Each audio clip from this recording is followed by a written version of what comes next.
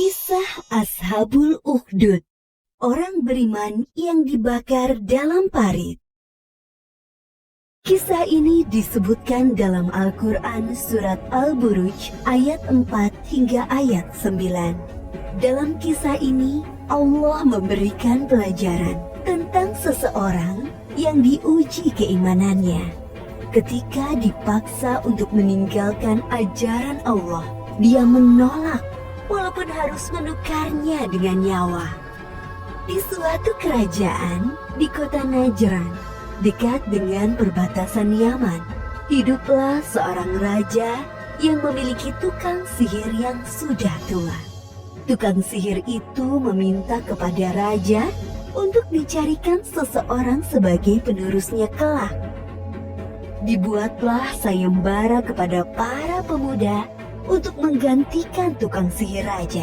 Akhirnya terpilih seorang pemuda bernama Gulam. Keesokan harinya, Gulam berangkat ke rumah tukang sihir untuk berguru kepadanya. Saat di tengah perjalanan, Gulam melewati gua. Ia mendengar suara-suara, lalu ia pun memutuskan untuk masuk ke dalam gua. Gulam melihat seorang pendeta yang sedang duduk berdoa. Wahai pendeta, aku mendengar kalimat subhanallah berulang kali dari luar. Apakah kalimat itu adalah mantra sihir? Kalimat itu bukan mantra sihir. Itu adalah kalimat tasbih yang menunjukkan pengagungan kepada Allah Subhanahu wa Ta'ala. Siapa Allah Subhanahu wa Ta'ala itu? Allah Subhanahu wa Ta'ala adalah Tuhan pemilik langit dan bumi. Tidak ada sesuatu yang setara dengan Dia. Maukah engkau menceritakan kepadaku tentang Allah Subhanahu wa Ta'ala? Tentu saja, datanglah ke sini kapanpun kau mau. Namun, jangan memberitahukan tentangku kepada siapapun. Kemudian Gulam meneruskan perjalanan ke rumah tukang sihir. Tapi ia dihukum karena datang terlambat. Apa yang menyebabkanmu datang terlambat, wahai Gulam? Maaf, aku sedikit tersesat saat perjalanan ke sini. Suatu hari, di tengah perjalanan, Gulam bertemu dengan binatang besar yang menghadangnya. Gulam berpikir bahwa ini adalah saat yang tepat untuk membuktikan ilmu yang dipelajarinya. Manakah yang lebih baik, ilmu dari pendeta ataukah ilmu si tukang sihir? Gulam mengambil batu dan mengarahkan kepada binatang besar itu, seraya berdoa kepada Allah. Ya Allah, jika ilmu pendeta itu lebih engkau cintai dari ilmu si tukang sihir, maka bunuhlah binatang ini. Berita tentang Gulam yang berhasil menaklukkan binatang itu pun tersebar. Beberapa orang datang kepada Gulam meminta disembuhkan dari penyakit cacat dan buta. Sampai suatu ketika, berita itu terdengar ke telinga raja. Lalu raja mengundang Gulam datang ke istana kerajaan. Sekarang, katakanlah wahai Gulam, siapa yang mengajarimu ilmu untuk menyembuhkan orang buta? Sesungguhnya aku tidak dapat menyembuhkan orang buta tanpa seizin Allah Subhanahu wa Ta'ala, Tuhan semesta alam, pemilik langit dan bumi, maha penyembuh segala penyakit. Aku adalah Tuhan yang sebenarnya. Bisa-bisanya kamu mengatakan ada Tuhan lain. Raja memaksa Gulam untuk meninggalkan ajaran Allah. Namun Gulam menolak. Kemudian raja memanggil pasukan untuk membawa Gulam ke gunung dan melemparkannya dari atas gunung apabila tetap pada pendiriannya. Sampai di puncak, tiba-tiba terjadi goncangan yang dahsyat. Semua pasukan terjatuh, namun Gulam selamat.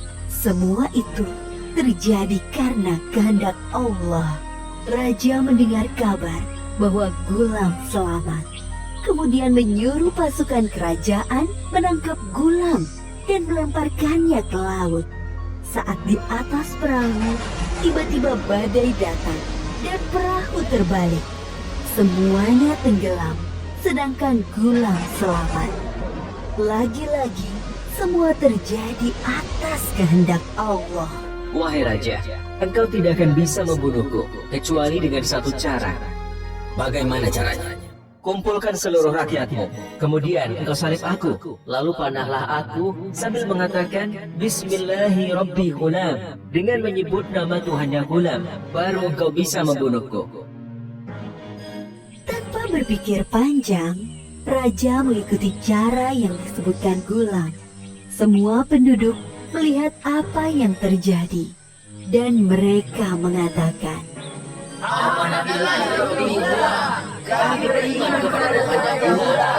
Raja tidak sadar dengan apa yang dikatakannya. Ia hanya berpikir bagaimana cara membunuh Ghulam.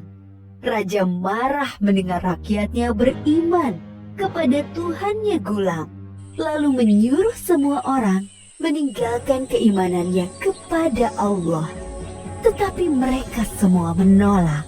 Para pengawal, cepat buat parit besar untuk membakar mereka yang tidak mau meninggalkan keimanannya kepada Allah.